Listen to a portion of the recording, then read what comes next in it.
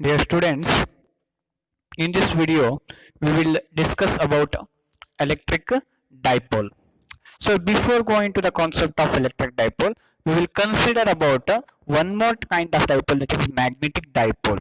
So ನೀವೆಲ್ಲರೂ ನೋಡಿರ್ತೀರಿ, bar magnet ಅನ್ನು ನೋಡಿರಬಹುದು ಅಥವಾ ನೀಡಲ್, ಮ್ಯಾಗ್ನೆಟಿಕ್ ನೀಡಲ್ ಅನ್ನು ನೋಡಿರಬಹುದು. Like this is the magnetic needle. ಅಥವಾ ನೀವು ಬಾರ್ ಮ್ಯಾಗ್ನೆಟ್ ಅನ್ನಾದ್ರೂ ನೋಡಿರಬಹುದು. So look at here, this is the bar magnet. So here ನಮ್ಗೆಲ್ಲ ಗೊತ್ತಿದೆ, ಬಾರ್ ಮ್ಯಾಗ್ನೆಟ್ ಅಲ್ಲಿ ಏನಿರುತ್ತೆ, ಒಂದು ನಾರ್ತ್ ಪೋಲ್ ಇರುತ್ತೆ, ಇನ್ನೊಂದು ಸೌತ್ ಪೋಲ್ ಇರಬಹುದು. ಕರೆಕ್ಟಾ? So there is a north pole and south pole. So ಇಲ್ಲಿ ಕೂಡ ಅದೇ ರೀತಿಯಾದಂತಹ ಒಂದು ಎರಡು ಪೋಲ್ ಅನ್ನು ಹೊಂದಿರುತ್ತವೆ. ಸೊ ಇದಕ್ಕೆ ನಾವೇನಂತ ಕರಿತೀವಿ ಅಂತಂದ್ರೆ, ಈ ರೀತಿ ಎರಡು pole, these are called poles, ಅಂದ್ರೆ ಧ್ರುವಗಳು ಅಂತ ಕರಿತೀವಿ. ಧ್ರುವಗಳು, ಒಂದು ದಕ್ಷಿಣ ಧ್ರುವ, that is nothing but south pole, and ಉತ್ತರ ಧ್ರುವ, that is nothing but north pole. So ಪ್ರತಿಯೊಂದು ಮ್ಯಾಗ್ನೆಟ್ ಅಲ್ಲಿ ಈ ರೀತಿಯಾದಂತಹ ಎರಡು ಧ್ರುವಗಳು ಇರ್ತವೆ, ಟೂ. ಅಂಡ್ ಇದರ ಒಂದು ಸ್ಟ್ರೆಂತ್ ಏನಾಗಿರುತ್ತೆ ಅಂದ್ರೆ ಈಕ್ವಲ್ ಆಗಿರುತ್ತೆ. The strength of the north pole and the strength of the south pole are equal, but opposite nature ಅನ್ನು ಹೊಂದಿರುತ್ತವೆ. ಸೊ ಮ್ಯಾಗ್ನೆಟಿಕ್ ನೀಡಲ್ ಅಲ್ಲಿ ಕೂಡ ಅದೇ ರೀತಿಯಾಗಿರುತ್ತೆ. So it has, every magnet has two poles, north pole and south pole. So ಇದಕ್ಕೆ ನಾವೇನಂತ ಕರಿತೀವಿ ಅಂದ್ರೆ ಮ್ಯಾಗ್ನೆಟಿಕ್ ಡೈಪೋಲ್ ಅಂತ ಕರಿತೀವಿ. This is called magnetic dipole. This is called magnetic dipole. So ಈ ಮ್ಯಾಗ್ನೆಟಿಕ್ ಡೈಪೋಲ್ ಮ್ಯಾಗ್ನೆಟ್ ಅಲ್ಲಿ ಇರುತ್ತೆ. ಅದೇ ರೀತಿಯಾಗಿ ಕೆಲವೊಂದಿಷ್ಟು ಮಾಲಿಕ್ಯೂಲ್ಸ್ ಗಳಲ್ಲಿ ನಮಗೆ ಎಲೆಕ್ಟ್ರಿಕ್ ಡೈಪೋಲ್ ಅನ್ನ ಕಾಣಬಹುದು. ಸೊ ಹೇಗೆ ನಾರ್ತ್ ಪೋಲ್ ಮತ್ತು south pole separated by some distance ಇದೆಯೋ, ಕೆಲವೊಂದಿಷ್ಟು ಡಿಸ್ಟೆನ್ಸ್ ಇದೆ, ಇದಕ್ಕೆ ನಾವು ಮ್ಯಾಗ್ನೆಟಿಕ್ ಲೆಂತ್ ಅಂತ ಕರಿತೀವಿ. This is the distance, magnetic length. So ಈ ಡಿಸ್ಟೆನ್ಸ್ ಅಲ್ಲಿ ಸಪರೇಟ್ ಆಗಿದೆ, some distance, they must be separated by some distance here. So ಇದೇ ರೀತಿ ಹೇಗೆ ಮ್ಯಾಗ್ನೆಟಿಕ್ ಡೈಪೋಲ್ ಇರುತ್ತೋ, ಅದೇ ರೀತಿ ನಾವು ಎಲೆಕ್ಟ್ರೋಸ್ಟಾಟಿಕ್ಸ್ ನಲ್ಲಿ ಕೆಲವೊಂದಿಷ್ಟು ಮಾಲಿಕ್ಯೂಲ್ಸ್ ಗಳಲ್ಲಿ ಎಲೆಕ್ಟ್ರಿಕ್ ಡೈಪೋಲ್ ಅನ್ನು ಕಾಣಬಹುದು. ಸೊ ಅದು ಯಾವ ರೀತಿ ಆಗಿರುತ್ತೆ, ವಾಟ್ ಈಸ್ ಎಲೆಕ್ಟ್ರಿಕ್ ಡೈಪೋಲ್ ಅಂತ ಇವಾಗ ನೋಡೋಣ. ಎಲೆಕ್ಟ್ರಿಕ್ ಡೈಪೋಲ್ ನಲ್ಲಿ ಏನಿರುತ್ತದೆ ಅಂದ್ರೆ, ನಮ್ಗೆ ಗೊತ್ತಿರೋ ಹಾಗೆ ಇಲ್ಲಿ ಎರಡು ಚಾರ್ಜಸ್ ಇರ್ತವೆ. So one positive charge and one more negative charge. So here ಈ ಪಾಸಿಟಿವ್ ಚಾರ್ಜ್ ಮತ್ತು ನೆಗೆಟಿವ್ ಚಾರ್ಜ್ ಎರಡು ಈಕ್ವಲ್ ಮ್ಯಾಗ್ನಿಟ್ಯೂಡ್ ಅನ್ನು ಹೊಂದಿರುತ್ತವೆ. ಈಕ್ವಲ್ ಮ್ಯಾಗ್ನಿಟ್ಯೂಡ್ ಅಂದ್ರೆ ಇದರ ವ್ಯಾಲ್ಯೂ ಮತ್ತು ಇದರ ವ್ಯಾಲ್ಯೂ ಸೇಮ್ ಇರುತ್ತೆ, but the thing is the nature is opposite. Dipole ಅಂತಂದ್ರೆ ಏನಂದ್ರೆ ಟೂ, ಡೈ ಅಂದ್ರೆ ಏನು, two. So here di means two. Pole ಅಂತಂದ್ರೆ ಏನು, ಕನ್ನಡದಲ್ಲಿ ಇದಕ್ಕೆ ಧ್ರುವ ಅಂತ ಕರಿತೀವಿ. ಸೊ ಇಲ್ಲಿ ಎರಡು ಧ್ರುವಗಳನ್ನು ಹೊಂದಿರುತ್ತೆ. Any dipole consist of two poles here. ಎರಡು ಧ್ರುವಗಳನ್ನು ಹೊಂದಿರುತ್ತೆ. ಇಲ್ಲಿ ಡೈ ಅಂದ್ರೆ ಎರಡು. ಇಲ್ಲಿ ಏನೇನಿರುತ್ತೆ ಡೈ ಅಂದ್ರೆ ಎರಡು ಚಾರ್ಜಸ್ ಇರುತ್ತವೆ. ಎಂತ ಚಾರ್ಜಸ್ ಅಂದ್ರೆ they must B equal in magnitude and opposite in nature. ಒಂದು ಪಾಸಿಟಿವ್ ಚಾರ್ಜ್ ಆಗಿದ್ರೆ ಇನ್ನೊಂದು ನೆಗೆಟಿವ್ ಚಾರ್ಜ್ ಆಗಿರುತ್ತೆ. And they must separate by a small distance. They must separate by a small distance. ಯಾಕಂದ್ರೆ ಅವೆರಡು coincide ಆದ್ರೆ ಅಲ್ಲಿ ಯಾವುದೇ ರೀತಿಯಾದಂತಹ ಡೈಪೋಲ್ ಕನ್ಸಿಸ್ಟ್ ಆಗಲ್ಲ, ಅಥವಾ ಡೈಪೋಲ್ ಅಲ್ಲಿ ರಚನೆ ಆಗೋದಿಲ್ಲ. ಸಪರೇಟ್ ಅಂದ್ರೆ ಈ ರೀತಿಯಾಗಿ ಒಂದಕ್ಕೊಂದು ಓವರ್ಲ್ಯಾಪ್ ಆಗಿತ್ತಂದ್ರೆ there is no dipole here. So dipole ಆಗಿರ್ಬೇಕಂದ್ರೆ they must separated by some distance, ಅಲ್ಲಿ ಸಪರೇಷನ್ ಆಗಿರ್ಲೇಬೇಕು. They must be separated by some distance. ಅಂದ್ರೆ ಏನಾಗುತ್ತೆ ಇಲ್ಲಿ ಡೈಪೋಲ್ ಅಂದ್ರೆ ಏನು, ವಾಟ್ ಈಸ್ ಎಲೆಕ್ಟ್ರಿಕ್ ಡೈಪೋಲ್ ಅಂದ್ರೆ, electric dipole is nothing but it's a pair of equal and opposite charges. Pair means ಒಂದು ಜೊತೆ, ಎರಡು. It's a pair of equal and opposite. Equal in magnitude, same value. For example 10 microcoulomb plus ಇತ್ತಂತಂದ್ರೆ here also it is 10 microcoulomb, but here it is minus. Equal magnitude, equal and opposite charges, ಮತ್ತು ಏನ್ condition ಇನ್ನೊಂದು, they must separated by some small distance. Small distance ಇಂದ ಅದು separate ಆಗಿರಲೇಬೇಕು. Coincide ಆಗಿದ್ರೆ ಅದು dipole ಅಂತ ಕರೆಸ್ಕೊಳ್ಳಲ್ಲ. ಯಾಕಂದ್ರೆ dipole ಅಲ್ಲಿ ಎರಡು ಪೋಲ್ ಇರ್ತವೆ, ಅವು ದೇ ಮಸ್ಟ್ ಬಿ ಸಪರೇಟೆಡ್. ಇಂಥ ಒಂದು ರಚನೆಗೆ ನಾವೇನಂತ ಕರಿತೀವಿ, ಎಲೆಕ್ಟ್ರಿಕ್ ಡೈಪೋಲ್ ಅಂತ ಕರಿತೀವಿ. So electric dipole is nothing but a pair of equal and opposite charges separated by some small distance. So this is known as a electric dipole. So now let us write. So ಹಾಗಾದ್ರೆ definition ಏನಾಗುತ್ತೆ, a pair of equal and opposite charges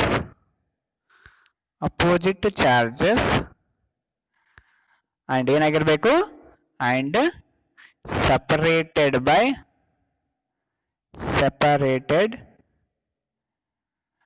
by some small distance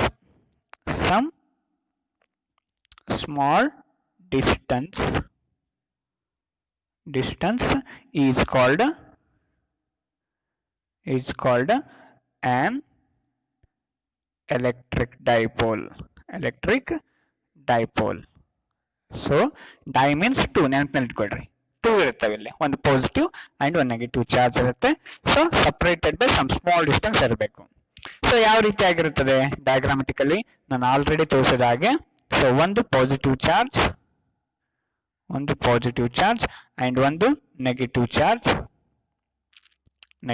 ಅನ್ನು ಹೊಂದಿರುತ್ತೆ. So ಅವುಗಳ ನಡುವೆ ಇರತಕ್ಕಂಥ distance, so they are separated by some small distance here, very small distance ಇರಬೇಕು. ಈ distance ಅನ್ನು ನಾವು 2a ಇಂದ ರಿಪ್ರೆಸೆಂಟ್ ಮಾಡ್ತೀವಿ. ಡಿಸ್ಟೆನ್ಸ್ ಬಿಟ್ವೀನ್ ದಿಸ್ ಒನ್, ಇಲ್ಲಿ ಸೆಂಟರ್ ಇರುತ್ತೆ, ಸೆಂಟರ್ ಇಂದ ಈ ಕಡೆಯಿಂದ ಈ ಕಡೆಗೆ a, ಈ ಕಡೆಯಿಂದ ಈ ಕಡೆಗೆ a, ಟೋಟಲ್ 2a ಅಂತ ನಾವು ರಿಪ್ರೆಸೆಂಟ್ ಮಾಡ್ತೀವಿ. ದಿಸ್ 2a ಅನ್ನು ನಾವು through out, it is not a, 2a ಅಂದ್ರೆ 2 times ಲೆಂತ್ ಅಲ್ಲ, total distance between the positive and negative charge is nothing but 2a here. This is the center. So ಇದು ಒಂದು vector quantity ಆಗಿರುತ್ತೆ. ಅದರ ಒಂದು dipole moment is vector quantity, ಅದಕ್ಕೆ ನಾವು p ಇಂದ ರಿಪ್ರೆಸೆಂಟ್ ಮಾಡ್ತೀವಿ. ಅದರ ಬಗ್ಗೆ ಆಮೇಲೆ ತಿಳ್ಕೊಳ್ಳೋಣ ಅಂತ. ಇದು plus q and it is minus q. So this is nothing but here an electric dipole. Okay, so here the next point ಗೆ ಹೋಗೋದಾಯ್ತಂದ್ರೆ, so the net charge of electric dipole ಏನಾಗಿರುತ್ತೆ, the net charge of any electric dipole, ಯಾವುದೇ ಇರಲದು electric dipole, the net charge of electric dipole is always 0. ಯಾಕಪ್ಪ 0 ಆಗಿರುತ್ತೆ ಅಂತಂದ್ರೆ, so ಇಲ್ಲಿ ನಾವು already consider ಮಾಡಿರೋ ಹಾಗೆ ಒಂದು ಪಾಸಿಟಿವ್ ಚಾರ್ಜ್ ಇರುತ್ತೆ ಮತ್ತು ಅಷ್ಟೇ ಒಂದು ಮ್ಯಾಗ್ನಿಟ್ಯೂಡ್ ಅಲ್ಲಿ ನೆಗೆಟಿವ್ ಚಾರ್ಜ್ ಇರುತ್ತೆ. Total charge of the system ಹೆಂಗ್ ಕಂಡುಹಿಡಿಯಬೇಕು, from the laws of from the properties of electric charges ನಮ್ಗೆ ಗೊತ್ತೆ, ಚಾರ್ಜ್ ಇಸ್ ಎಡಿಟಿವ್ ಮತ್ತು total charge of the system is sum of the all the charges, algebraic sum of all the charges present in the system. ಹಾಗಾದ್ರೆ ಈ dipole ಅನ್ನು system ದಲ್ಲಿ ಇರ್ತಕ್ಕಂಥ total charge ಅಥವಾ net charge ಅನ್ನು ನಾವು calculate ಮಾಡೋದಾಯ್ತಂದ್ರೆ, ಎರಡು ಚಾರ್ಜ್ ಅನ್ನು ನಾವು ವೆಕ್ಟರ್ ಸಮ್ algebraic sum ಮಾಡಬೇಕಾಗುತ್ತೆ. algebraic sum ಮಾಡಿದ್ರೆ plus q minus q. So total charge net charge here is equals to ಒಂದು ಪ್ಲಸ್ q, ಇನ್ನೊಂದಿರೋದು ಮೈನಸ್ q, ಎರಡೇ ಚಾರ್ಜ್ ಇರ್ತವೆ ಇಲ್ಲಿ. ಸೊ ಹಾಗಾದ್ರೆ plus q minus q cancel ಆಗ್ಬಿಟ್ಟು 0 ಆಗುತ್ತೆ. So always the net charge of an electric dipole is 0 ಆಗಿರುತ್ತೆ. So ಈಗ ಯಾವ್ಯಾವ ಇಂಥ ಒಂದು ಎಲೆಕ್ಟ್ರಿಕ್ ಡೈಪೋಲ್ ಅನ್ನು ಹೊಂದಿರ್ತವೆ, ಯಾವ್ಯಾವ ಮಾಲಿಕ್ಯೂಲ್ಸ್ ಅಂದ್ರೆ the molecules, examples for electric dipole,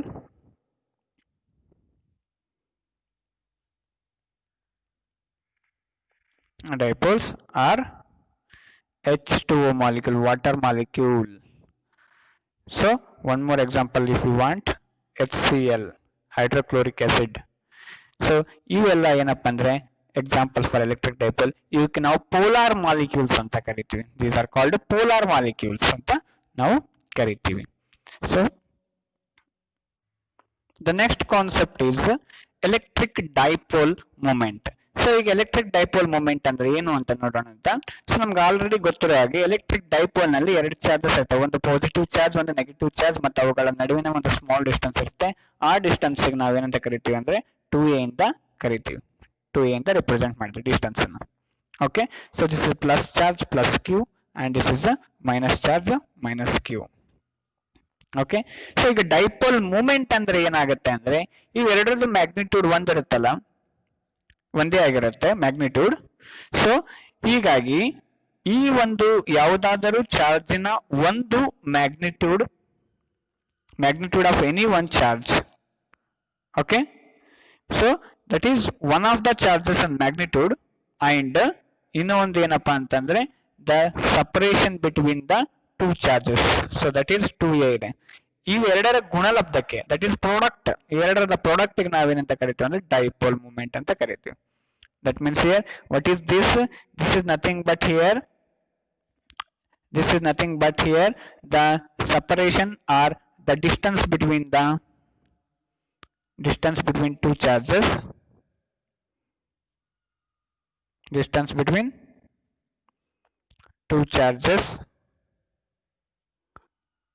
and what is this? So this is nothing but charge, that is charge of the one of the charge. ಎರಡು ಇರ್ತಾವೆ, ಎರಡರಲ್ಲಿ ಯಾವ್ದಾದ್ರು ಒಂದು ತಗೋಬಹುದು. ಇವೆರಡರ ನಡುವಿನ ಪ್ರಾಡಕ್ಟ್ ಅಂದ್ರೆ ಗುಣಲಬ್ಧ ಇಂಟು ಮಾಡೋದು, q ಇಂಟು 2a. ಈ ಒಂದು ಗುಣಲಬ್ಧಕ್ಕೆ ಈ ಒಂದು ಪ್ರಾಡಕ್ಟ್ಗೆ ನಾವು ಡೈಪೋಲ್ ಮೂಮೆಂಟ್ ಅಂತ ಕರಿತೀವಿ. ದಿಸ್ ಇಸ್ ಡೈಪೋಲ್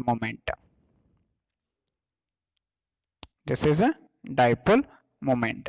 ಸೊ ಹಾಗಾದ್ರೆ, so what is the definition of dipole moment? It is the product of one of the charge of the dipole.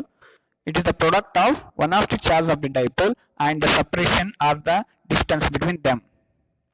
One of the charge of the dipole and the distance between them. ಈ ಎರಡು product ಗೆ ನಾವು dipole moment ಅಂತ ಕರಿತೀವಿ. Let us write the definition of electric dipole moment. So it is electric dipole moment is the product ಅಂದ್ರೆ ಗುಣಲಬ್ಧ, product of one of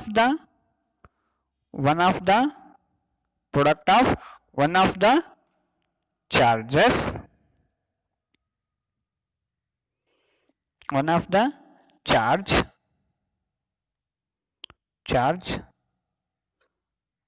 charges of the dipole, one of the charge of dipole and ಇನ್ನೊಂದು ಏನಂದ್ರೆ distance between them.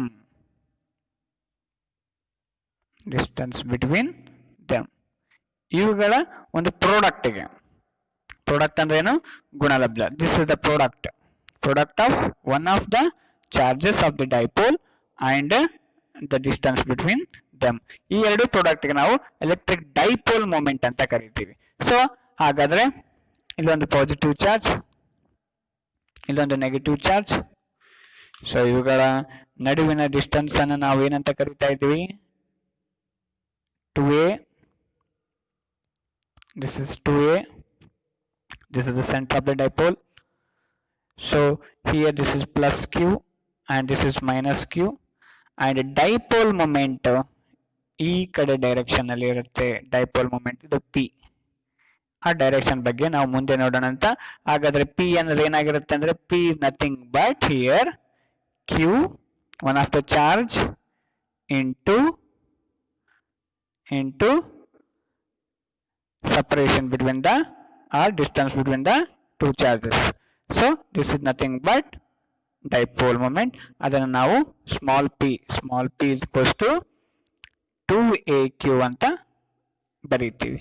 So this is nothing but dipole moment. So ಹಾಗಾದ್ರೆ dipole moment definition ಗೊತ್ತಾಯ್ತು, ಮತ್ತು ಕೆಲವೊಂದಿಷ್ಟು ಅದ್ರ ಬಗ್ಗೆ ಮಾಹಿತಿನ ತಿಳ್ಕೊಳ್ಳೋಣ.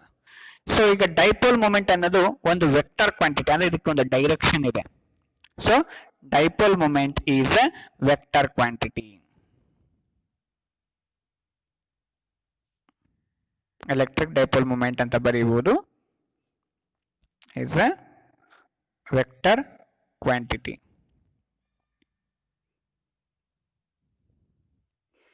ಸೊ ಇದೊಂದು ವೆಕ್ಟರ್ ಕ್ವಾಂಟಿಟಿ ಆಗಿದ್ರೆ ಹಾಗಾದ್ರೆ ಇದಕ್ಕೊಂದು ಡೈರೆಕ್ಷನ್ ಇರುತ್ತೆ.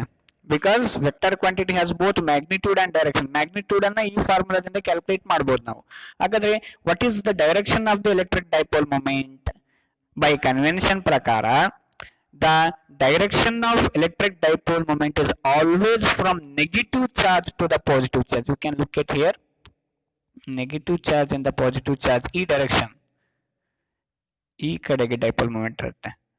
ಸೊ ನಾವು ಡೈಪೋಲ್ ಮೂಮೆಂಟ್ ಅಲ್ಲಿ ಫಸ್ಟ್ ಪಾಸಿಟಿವ್ ತಗೊಂಡಿದ್ವಿ, ನೆಗೆಟಿವ್ ತಗೊಂಡಿದ್ವಿ, ಅದು ಇಂಪಾರ್ಟೆಂಟ್ ಅಲ್ಲ. ಆಲ್ವೇಸ್ ನೆಗೆಟಿವ್ ಚಾರ್ಜ್ ಇಂದ ಪಾಸಿಟಿವ್ ಚಾರ್ಜ್ ಕಡೆ ಬಂದ್ರೆ ಡೈಪೋಲ್ ಮೂಮೆಂಟ್ ಆ ಒಂದು ಡೈರೆಕ್ಷನ್ ಅಲ್ಲಿ ಇರುತ್ತೆ. So the direction of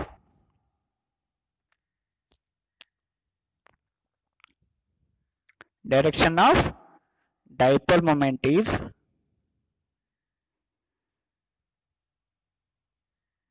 moment is from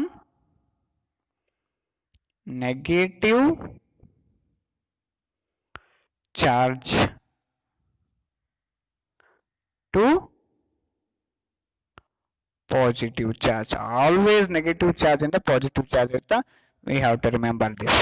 Okay, always from negative charge to positive charge.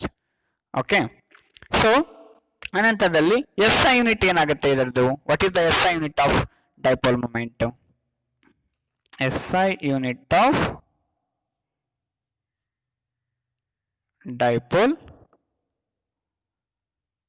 Moment, ಇದ್ರ ಬಗ್ಗೆ ನೋಡೋದಾಯ್ತಂದ್ರೆ, so look at the formula. ನಾವು ಫಾರ್ಮುಲಾ ಏನಿದೆಪ್ಪ?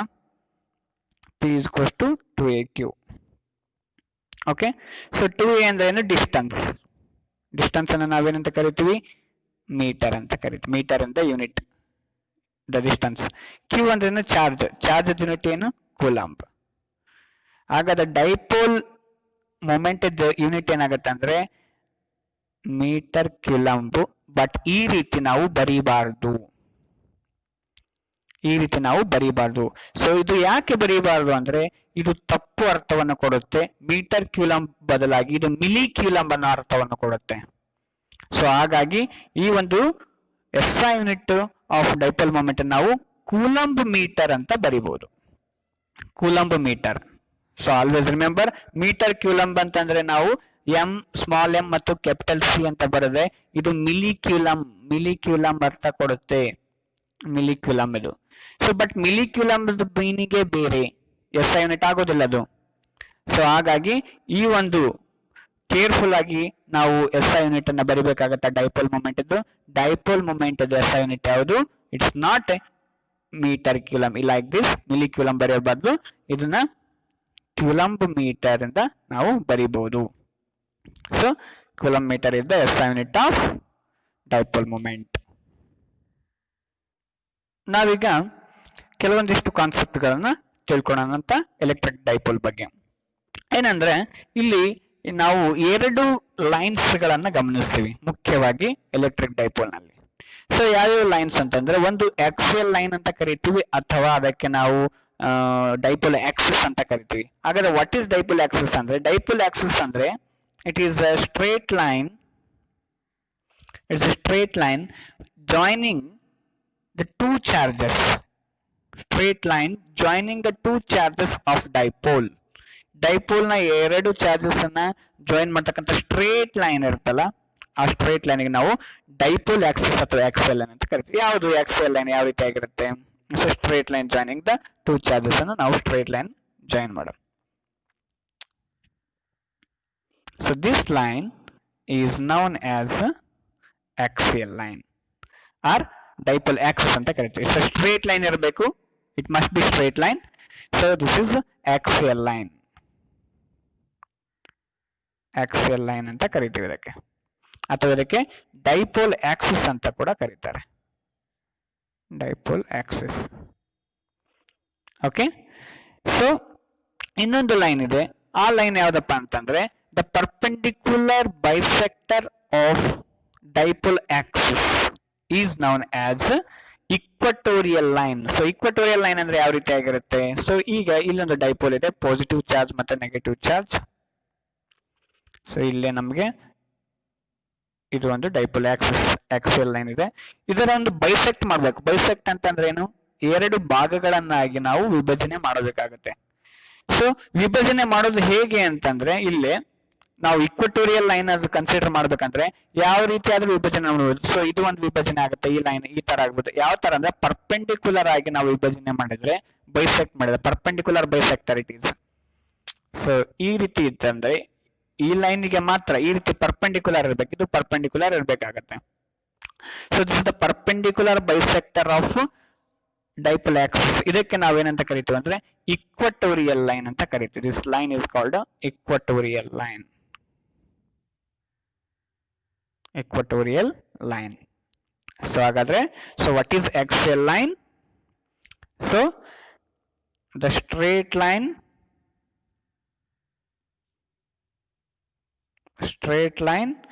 joining the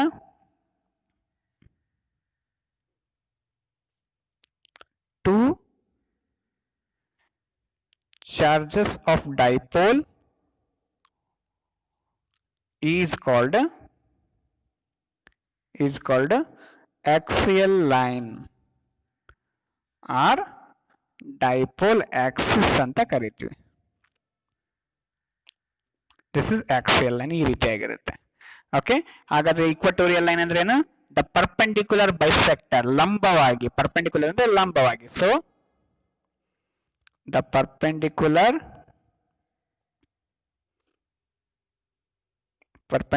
bisector